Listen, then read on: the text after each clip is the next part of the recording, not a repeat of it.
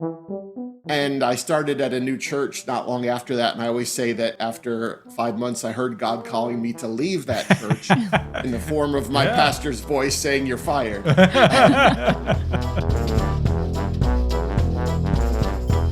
You're listening to Good Faith Weekly. I'm Mitch Randall. And I'm Missy Randall. We're here each week exploring the intersection of faith and culture. We find people who stand up, speak out, and step forward. For inclusion, freedom, and justice for all. It's time for Good Faith Weekly.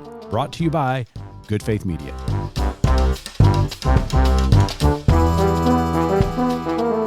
Welcome to Good Faith Weekly. On this episode, Missy and I are going to catch up and give you a little update on what's going on in our life. And then later on in the pod, we sit down with John Pavlovitz and talk about his brand new book, Worth Fighting For, Finding Courage and Compassion When Cruelty is Trending. It's a great pod, so stay tuned.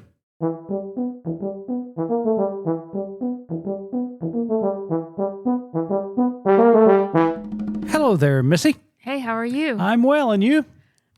Agitated. Oh, this is going to be a great episode. The best way I can describe this. Oh, so please do tell about your agitation. You're so excited. I'm going to share with the listeners what you've been dealing with all week, right? You didn't know this was coming. Oh, I did not know it was coming, but yes, please.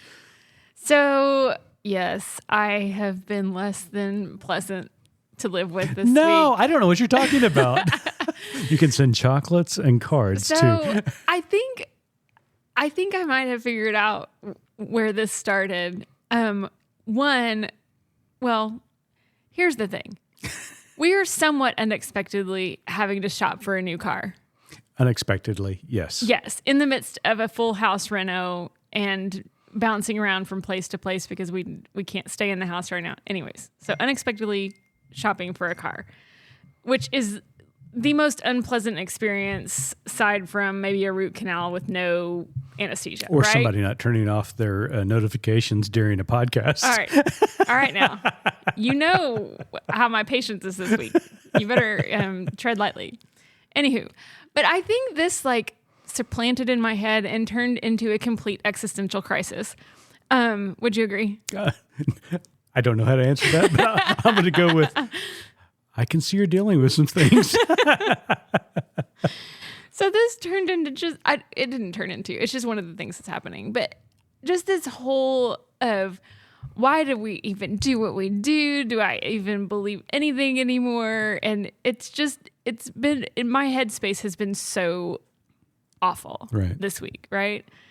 And so I just wanted to own that and say that and the other thing, you guys, we haven't seen Kat in a few days, and you and I have realized this, and we're very worried. I'm very worried about Kat. I know. So if you're not familiar with Kat, go back and listen to the intro of episodes 213 and 214. I think it was the last 2 weeks in May to get caught up, and just go ahead and listen to the whole episodes while you're at it.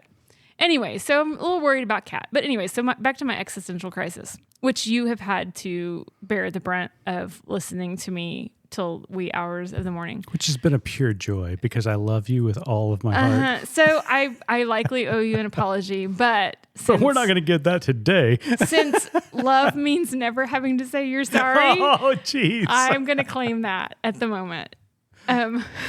Anyways, but today we spent our day wrapping up the final episodes of the Free Mom Hugs podcast, Pride 365. Yeah.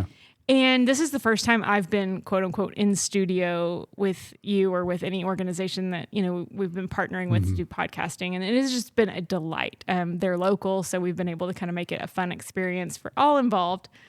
And as we left there today, we started talking, and again, me wallowing in self-pity and doubt and just wondering what it's all for.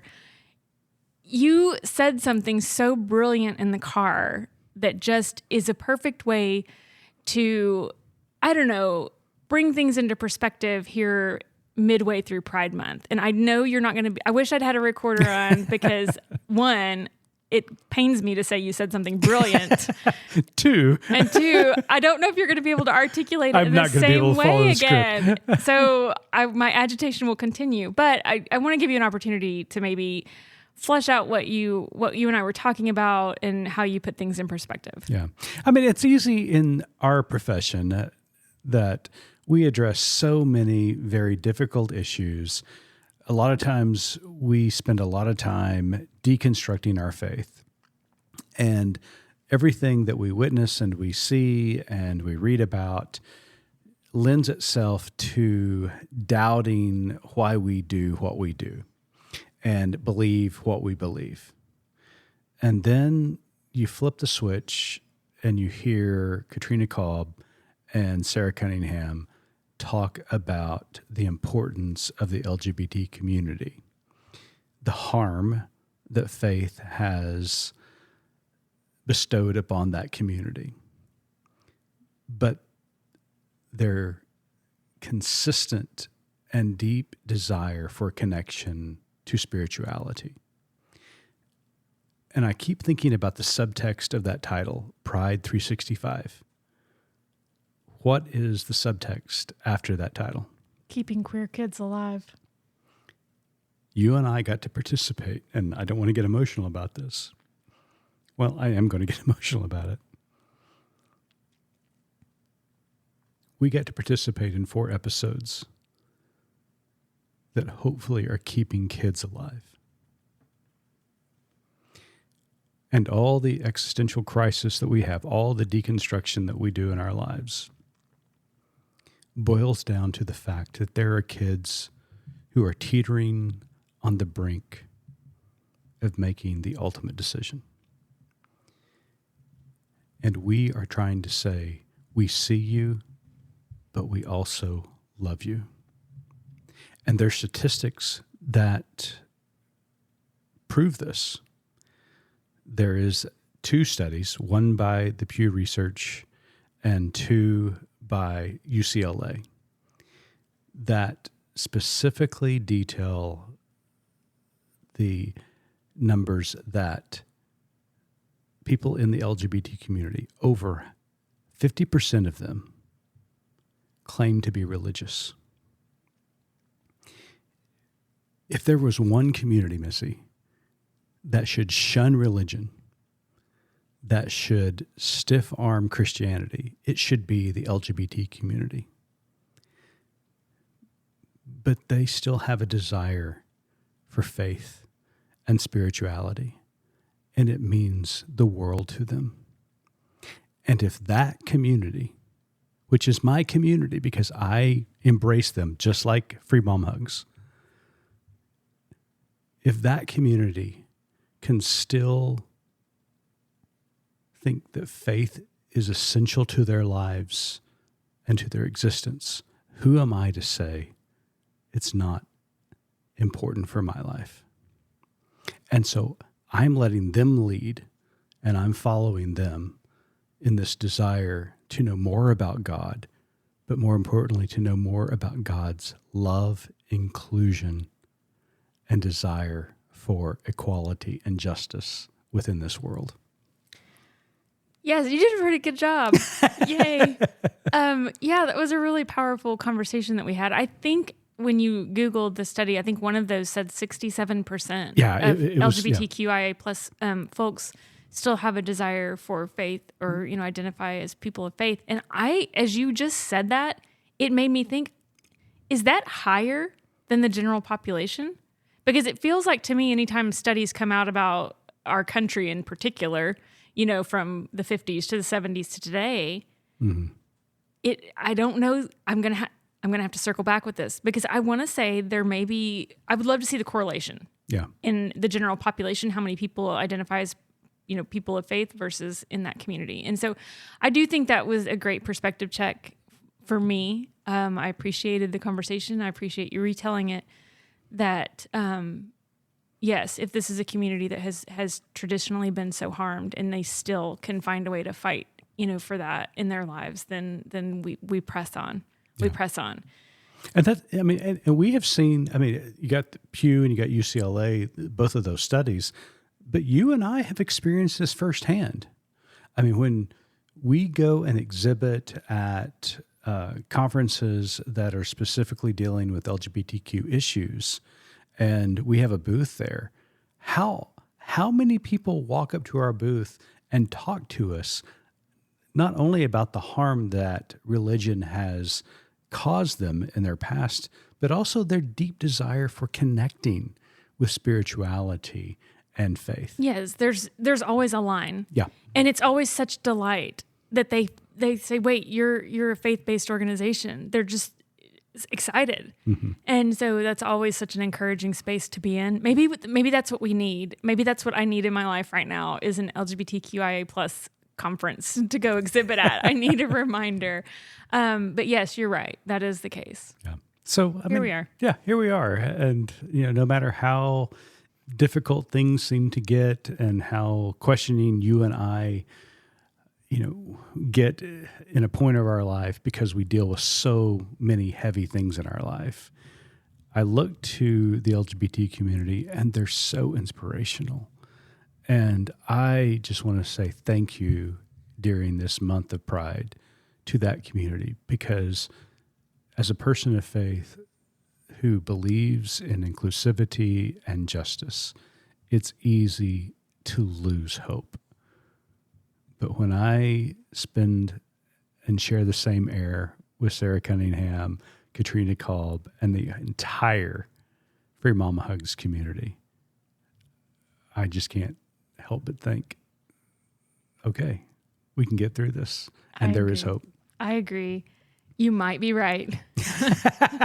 So while there's still no apology coming your way, I do feel like our interview today with John Pavlovitz, who is wonderful, I do feel like I owe him a bit of an apology because I do feel like I brought a little bit of my bad attitude into the interview, which I mean, he was delightful.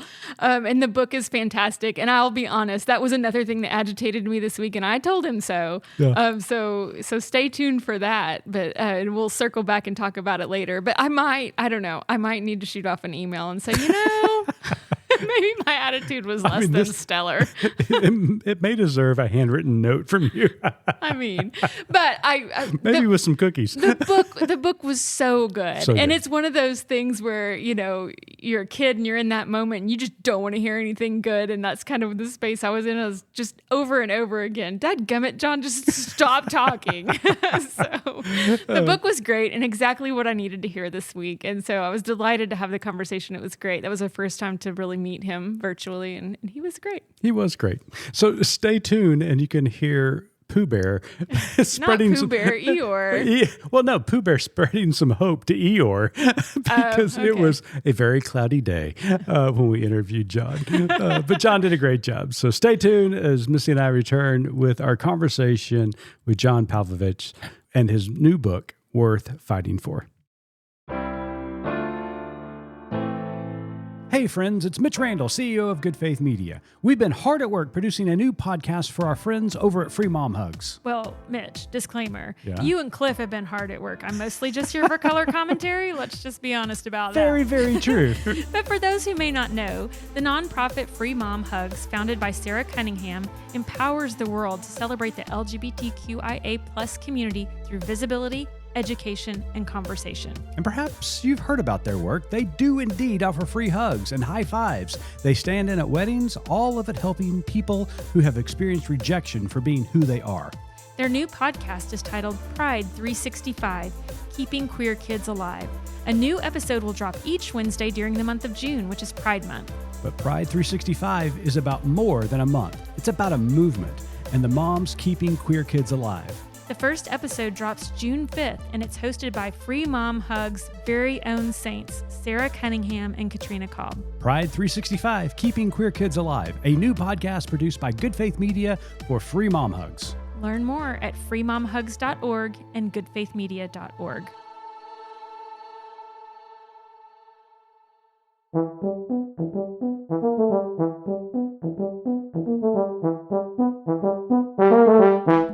Welcome back to Good Faith Weekly. On this episode, we've got a very special guest with us. John Pavlovitz is a writer, pastor, and activist from Wake Forest, North Carolina. A 25-year veteran of local church ministry, John is committed to equality, diversity, and justice, both inside and outside faith communities. While not actively working for a more compassionate planet, John enjoys spending time with his family, exercising, cooking, and being in nature. He is the author of If God is Love, Don't Be a Jerk, A Bigger Table, Hope and Other Superpowers, Low, Rise, and Stuff That Needs to Be Said. His newest book, Worth Fighting For, Finding Courage and Compassion When Cruelty is Trending, is currently available. John, welcome to Good Faith Weekly. Thanks so much. It is great to be with you both today. Thank you, John. So before we talk about the book, which I have a lot of thoughts about, I wondered if we could, for our listeners who may not be familiar with your story, and because I know that your story is so relatable to many of our friends and our listeners, tell us kind of how you got where you are now from being kind of a minister in local church to now being an author and activist. Well, the short of it is I entered ministry. I was sort of drafted into it. It wasn't planned at all. It was not an aspiration of mine. And I ended up volunteering for a small Methodist church outside of Philadelphia, where my wife and I were married, and just fell in love with the students there, and had a heart for that, turbulent time of adolescence. And really, she and I just embraced this completely new world. And as I grew to love this ministry that I was a part of, my faith began to grow, and the ministry grew. And ended up jumping from my full-time career as an art director to enter full-time ministry. And that was about 28 years ago. And along that journey, I think because I didn't aspire originally to be a pastor, I went into ministry with very different eyes and very different questions. And there were tensions that I started to see and experience between the person I was becoming as I leaned more into the teachings of Jesus and the pastor that I was expected to be.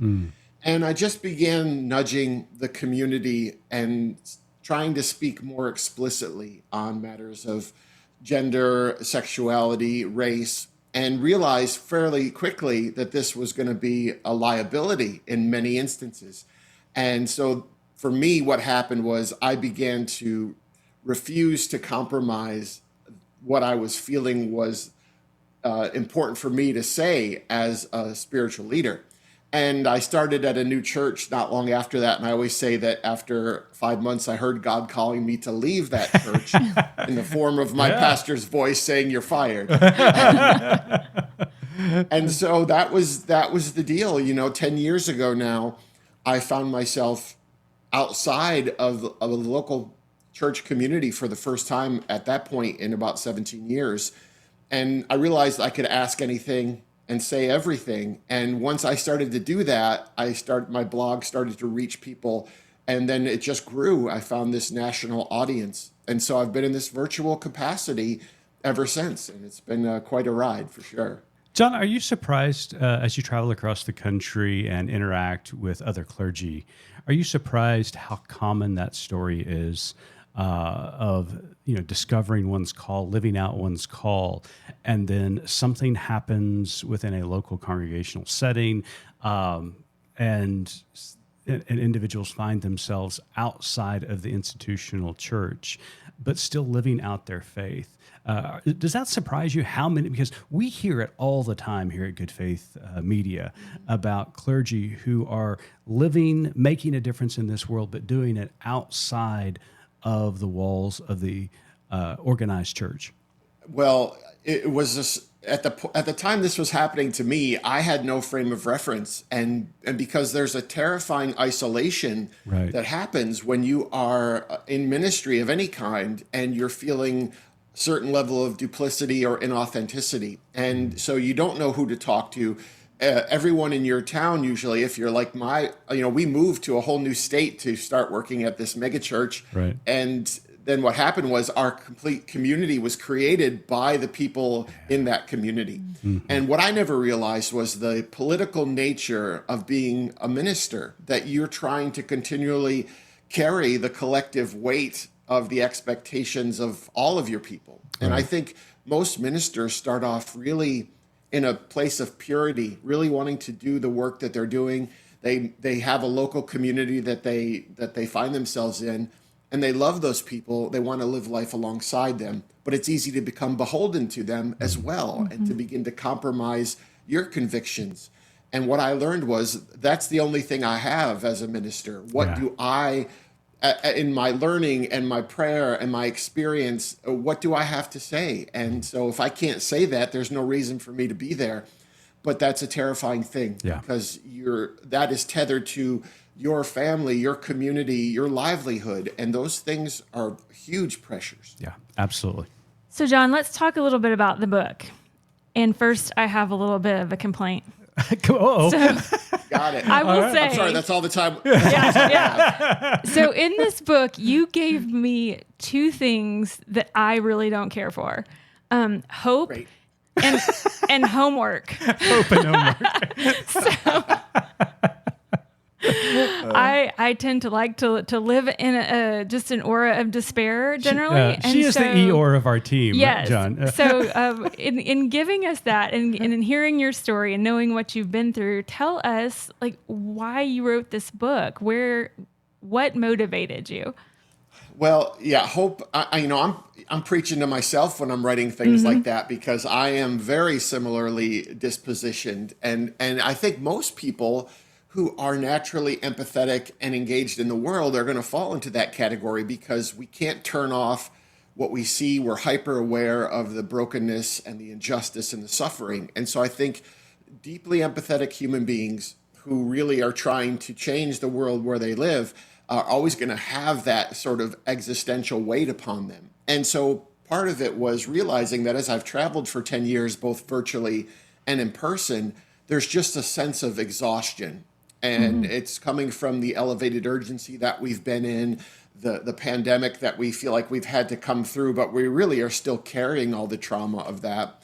And then you've got the political tribalism and all these things. And so I wanted to put together something where people could say, all right, I'm really struggling today. I talk a lot about two wounds, the wounds of the world and the wounds we sustain attending to them. And I think we're much better at the former than the latter. We're really not good at looking at the cost of this, the toll that it's taking on us.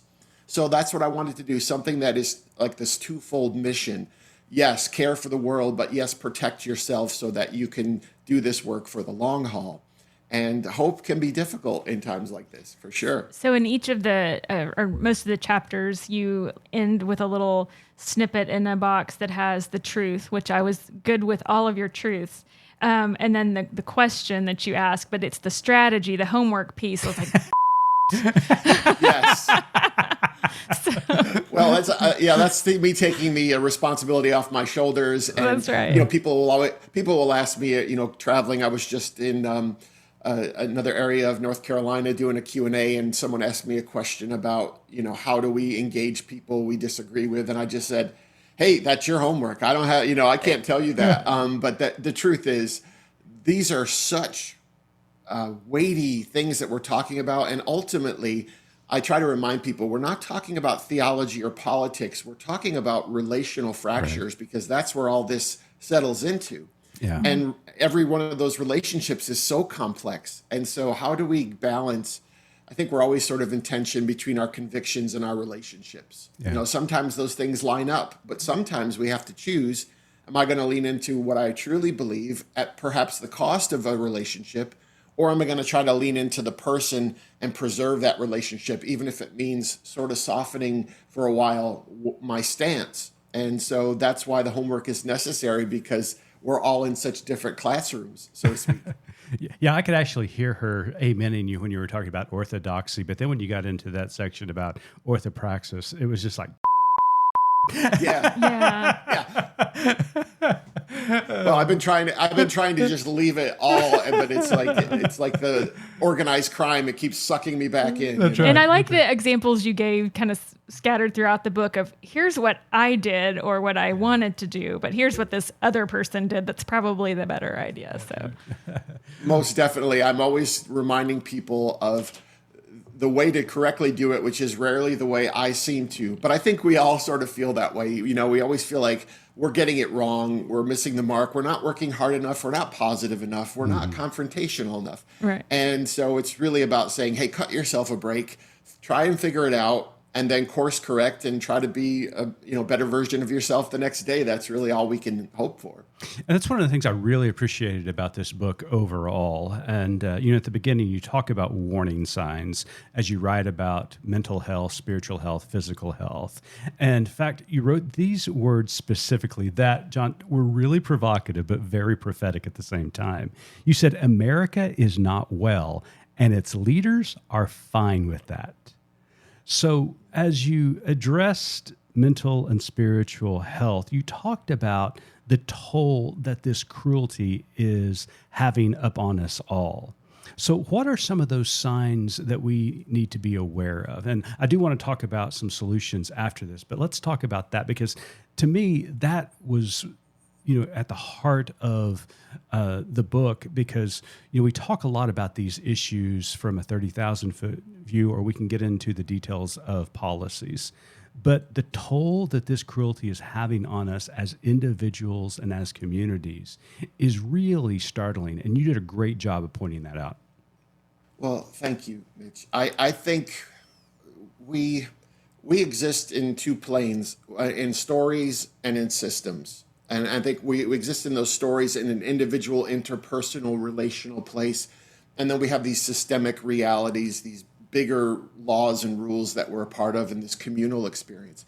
So it's a different kind of engagement, whether it's in the story or in the system in some ways. And I think the story level is where we all live, and it's where we have proximity and agency. We're always somewhere. We can always do something. That's the elemental idea.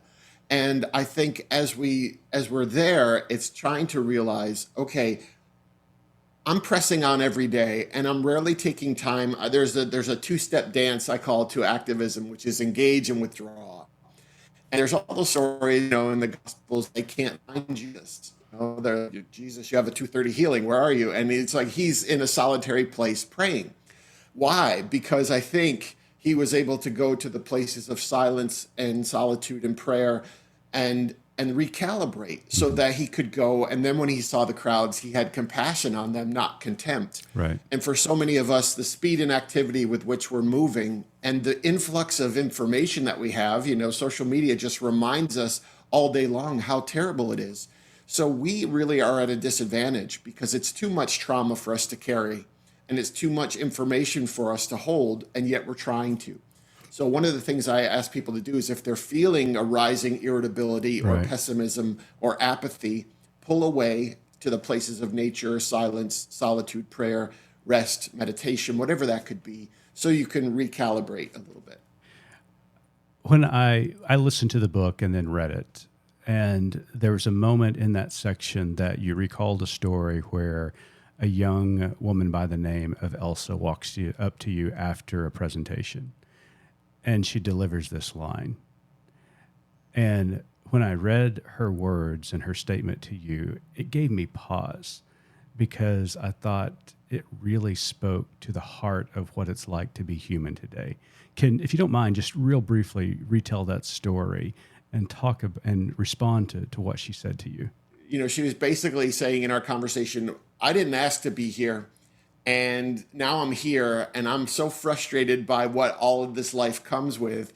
And she basically said, hey, it's hard being human, and what you're doing is making it a little less difficult for me. And for me, that's the heart of why I do what I do.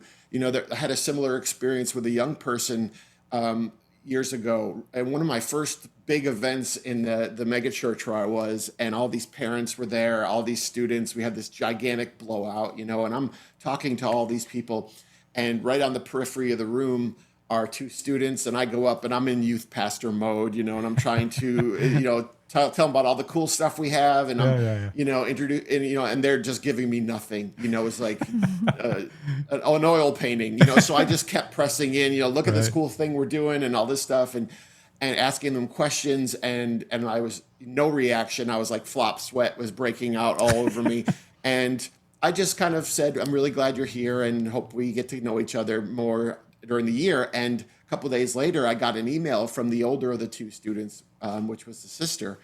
And she basically told me that they did not want to be there, as if I couldn't tell. And their parents had forced them which is, as a minister, you want people under duress. And, she said, we had a really bad experience with our former church and our former youth pastor. And she said, but you actually seem to care about us. And she said these words. She said, you made me feel visible, and I rarely feel visible. And similarly to Elsa's story, it was just this reminder that the way to make people feel seen and heard and respected is it's so small and simple and elemental, and yet we can miss that. Yeah. So it's trying to pay attention to the people around us and the collateral damage of being human. Really. Yeah. That's that power of presence that you articulate so well in the book. So now let's turn to how we can take care of ourselves, because in the book you talk about the only person who's going to prioritize our physical wellness, mental health, and spiritual life is ourselves. And you say that self-help and self-care are essential means by which to keep our souls and sanity intact. So, John, where do you suggest our listeners begin? And then is there something that we can do to help that become sustainable? Because it seems a lot of us get started and then life happens, it gets hard again, and it goes away. So where do we begin, and any suggestions on how to keep that sustainable? Yeah, there's something really dangerous I've noticed throughout the years that I've been doing this work, in that it's this dehumanization of ourselves as activists and caregivers, because we're told to go out and do all these things for people and to love others and to share what you have with people. But there's a subtraction to caring for people, to compassion, right? It costs us resources, physical, emotional. It costs us time. It costs us financial resources. And so the idea is that if we are only subtracting, we're going to be in this deficit that is no place to live in. And I think the Christian culture that I was raised in was part of that. It was sort of, deny yourself and take up your cross. Right. Sometimes that can mean forgetting about your own belovedness and your own, beauty, and to care for that. And I tell people all the time, the single greatest resource you have in making the planet more compassionate is your personhood. And if you destroy that, it's just such a waste. And so I'm constantly reminding people to do that, engage and withdraw, right? That two-step dance. But social media is another one. I think social media at its best can be beautiful. I mean, it's why I'm even talking to you right now. So social media allows us to know what's going on, to be informed, to find our tribes of affinity that aren't geographically close to us. And it allows us to perpetuate any message we want. Those are all great things. But I think social media at its worst, it artificially enlarges the bad news. It inundates us with information that begins to sink us. So there's balance in those things as well. But the really elemental stuff, like staying creative, following your muse, making sure you're doing some things that are just simply life affirming for yourself. It's making sure that you are relationally healthy, things like that. And then community is medicinal in all of this. Yeah. So I think a lot of times we isolate ourselves, and it's realizing that we can get around a group of like-hearted people, even if it's not doing actual work for the world, just helps our humanity. So, and then it's like a repetition, it's elemental things like hydrating and sleep and eating well and exercise. And it sounds ridiculous, but the story that many of us tell is, okay, I can't do this or this or this because the work is out there and many people don't have the luxury of stopping. But the truth is, a full life, a whole life is not a betrayal of our work or our activism. It actually informs and sustains it. I love that. Love it. All right, John, this next one's going to be a little bit heavy. So I think that's, we're seeing a pattern here. Can you see the rain cloud over her head? Can you tell in this relationship who is the optimist and who is the pessimist? Or as you like to say, the realist. The realist, absolutely. That's right. So you, in so many points in this book, it felt like you got inside my head and were able to articulate thoughts that I've had. And there's one point that I really wanted to talk to you about and kind of admit, and also, before I read this quote to you and ask you to comment on it, I want to say that I listened to the book and then I had to go back and find this quote. And you're the first author ever that I've had to, Control F on the digital copy for hole. So, which is not in the book. No. Well, I learned that in the audio book you read the word, but in the PDF it's kind of like has the asterisk out. So I'm so frustrated. I thought I know this quote is in here, and the only way I knew to find it was by Control F. Anywho, so thank you for giving me that opportunity. That was a new one. But anyway, just the fact that you were searching for that word says so much already. So please go ahead. Oh yes, I am frequently bleeped on this podcast. But you write, you're my soul sister. Absolutely. So you talk about when speaking outwardly claiming your faith, you write, "It now aligns me with transphobic politicians and Muslim-hating celebrity evangelists and perpetually oppressed Christmas warriors. It now aligns me with gun-toting preachers and damnation-wielding social media trolls and predatory presidents. It now aligns me with the least like Jesus stuff I can imagine. To some people, this is all Christianity is, which as a professed Christian now makes me an asshole by association." And then later you go on to talk about people approaching you and saying over and over, "I just don't know if I believe anymore, and I don't know what to do about it." And I think those two statements just go so hand in hand, at least for me personally. And so I wanted to know if you would comment on that, because I feel like you are someone who has been able to cling to your faith and stand firm in your convictions at a time when, like you said in that quote, that brings you by association into things that you don't adhere to. Well, the first thing I'll say is that I am sometimes jealous of the person who wrote those words, because obviously they're at a certain place in time, and there are places and times when that doesn't feel as something I can own as strongly. And I think that's what this is about. It's about saying, I'm not beholden to what I believed before, but I'm also, I simply can't force myself to believe something I don't believe, or to embrace something I can't embrace. But for me, the heart of it has been, over the past 15 or so years, is that I'm fighting with and for my faith tradition simultaneously. And so there are some days when I'm really trying to encourage people to connect to the larger church or to find a spiritual community. And then there are some days when I say, why am I bothering? Because I know how toxic so many of them are. And so it's really about waking up and saying, what do I feel the core of my existence? What do I actually think I believe right now? What's my best guess at my working theology? And let me practice that as authentically as I can, and not worry about who I was yesterday or who I'm going to be tomorrow. I have this day, and I'm going to vacillate even in this day. And it's being okay with that vacillation, because I think the most toxic thing about my upbringing, and probably many of ours, is that certainty was sacred and doubts and questions were seen as sort of moral flaws. And when you throw that out the window, you realize that God, whoever and whatever God is, can handle my questions and my doubts and my vacillation. You can sort of exhale in exactly what you believe and don't believe.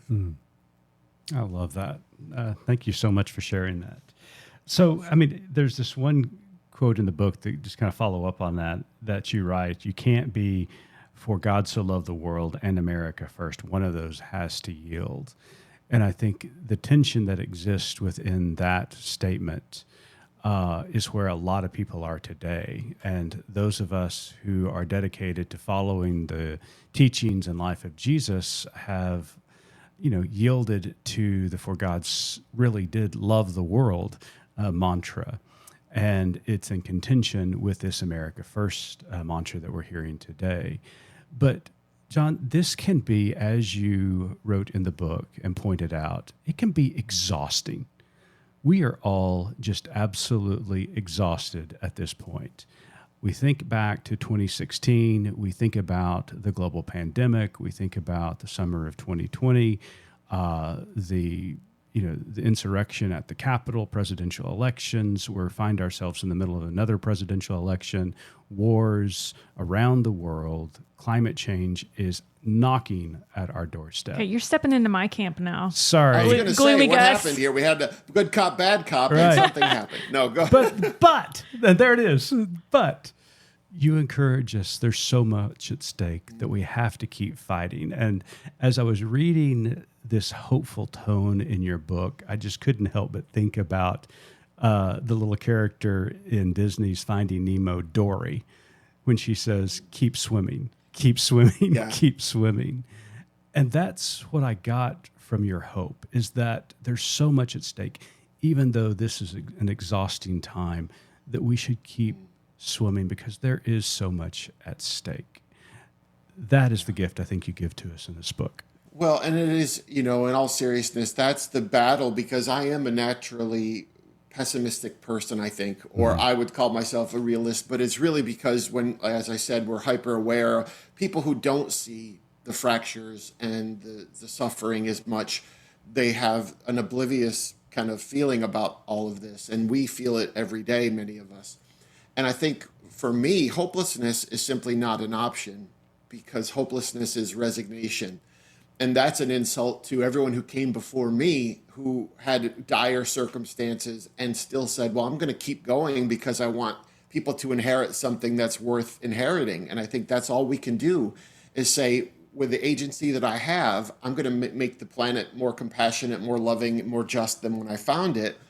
And hopefully those who come after me will be grateful, because the heart of the book really is, while we've lost so much, anything that we've lost or feel like we're losing right now, human rights, civil rights, is because someone fought to have them for us to begin with. There you go. So this is our spot in the moment, and we can't blow this. This is our spot in the place and time we find ourselves, and we're going to, give that to someone else. Well, John, it has been a joy visiting with you today. Your new book, Worth Fighting For, Finding Courage and Compassion When Cruelty is Trending, is available now. We encourage all of our listeners to go and buy that book, download it. John actually reads the book. It's wonderfully read and produced, but also buy a copy, because you're going to do exactly what we did. You're going to want to highlight it, or you're going to pull a Missy and look for the dirty words. Well, it's what I do. It's what you do.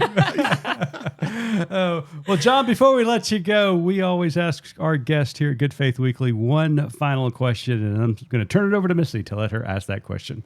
So, John, as you know, our tagline at Good Faith Media is "There's more to tell." So, in light of our conversation and the work that you do, what is your more to tell?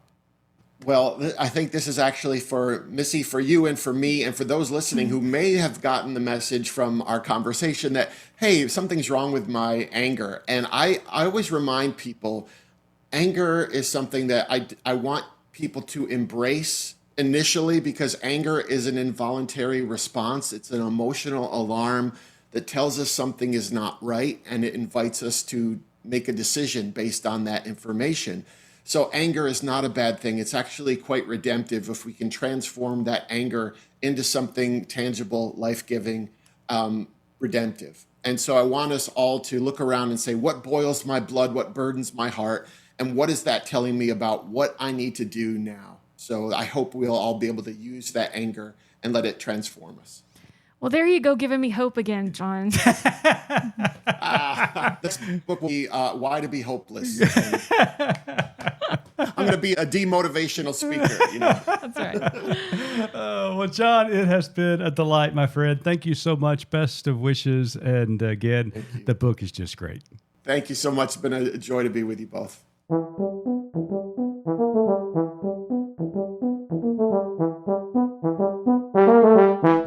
Missy, I really enjoyed our conversation with John. I mean, I still can't believe that our job is to talk with such incredible people. I know. That is mind-blowing. Yeah. I agree. But I will say that through that whole conversation, at the very end, in John's More to Tell, he had me. I was so happy. He said, we should embrace anger.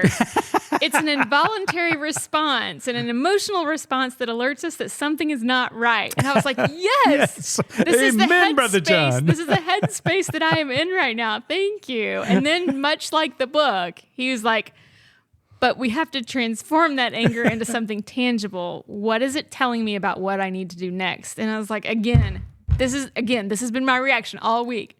John. You've said that quite frequently. I have. So that was my reaction. I think there's so many nuggets that I pulled just from our interview that I've had to just kind of set the nuggets I pulled from the book aside so that we can have something to talk about. But, one of the things I think that stood out, you and I talked about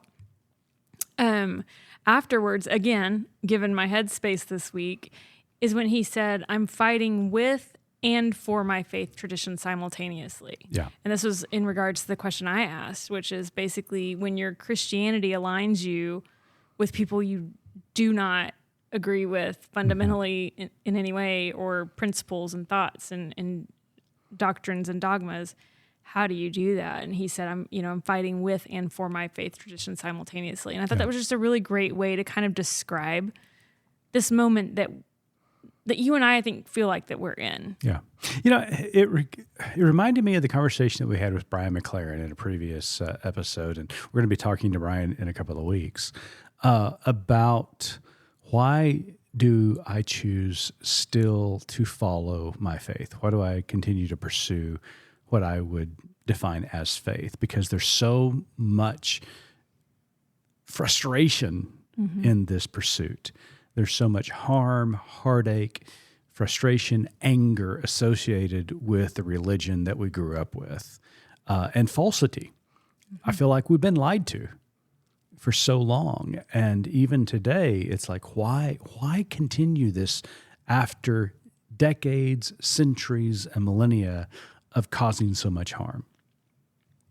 And then we talk to people like Brian McLaren, we talk to John today, we experience people like Sarah Cunningham and Katrina Cobb, and I'm reminded that there is an ebb and flow, that every day I wake up and I have this human emotion and experience.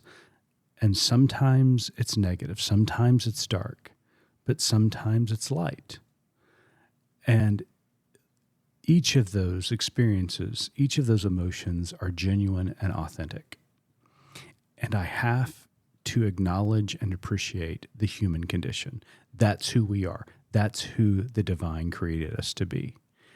And so it is a struggle, but it is a struggle that I continue to fight for because I truly believe in a better tomorrow. And I believe in justice, I believe in equality, and I believe in the traditional understanding of what salvation is. Not necessarily the sweet by and by, but salvation that can give me a better existence today and tomorrow and the day after. It's funny you said that. This is pivoting away from what I was going to say next, but you talk about not necessarily sweet by and by.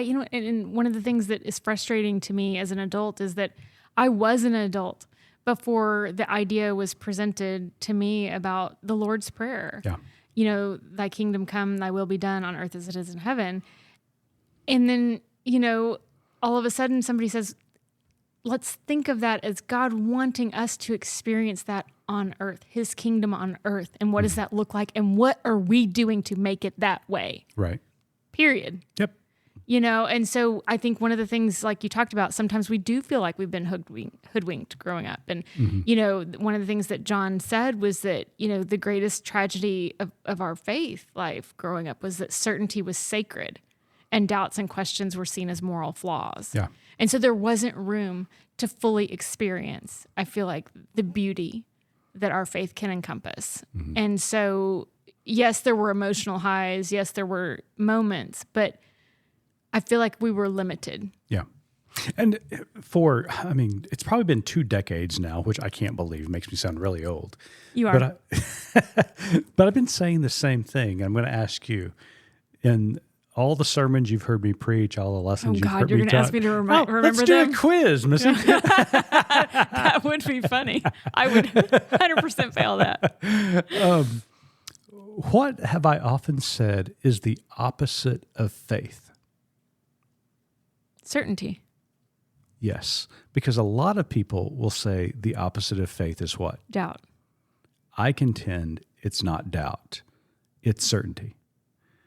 In fact, it is doubt that helps us have a greater faith, because doubt questions, it's inquisitive. It asks, I want to know more about God. Tell me more. Help me understand. What's going on in life? Let's make some sense of this. And that pursuit of the inquisitive life helps us have a greater faith. when you begin with certainty or the pursuit of certainty, it is antithetical to faith, in my opinion. Oh, I think that's absolutely right. And I just want credit for getting the answer right. So 100% for you. Good job. that's right. This quiz, I got 100%. Yeah, you're absolutely, oh, dang it. You might be right. Wow. Is that 2 times in one pod? Dang it, y'all. I gotta find my unhappy place again. Hang on. We're Give me a even second. taking next week off, so I can like bask in this for 2 weeks. All right, this is going to make me even more agitated than I started. Wow. Okay. So I have 2 more things to kind of hone in on before we close out this episode that I'm going to regret, since I've said that 1, you were right, and 2, that I should apologize. Lightning is going to strike, you guys. But he talks about hopelessness not being an option because hopelessness is resignation. And that's exactly what I didn't want to hear, but he's not wrong either.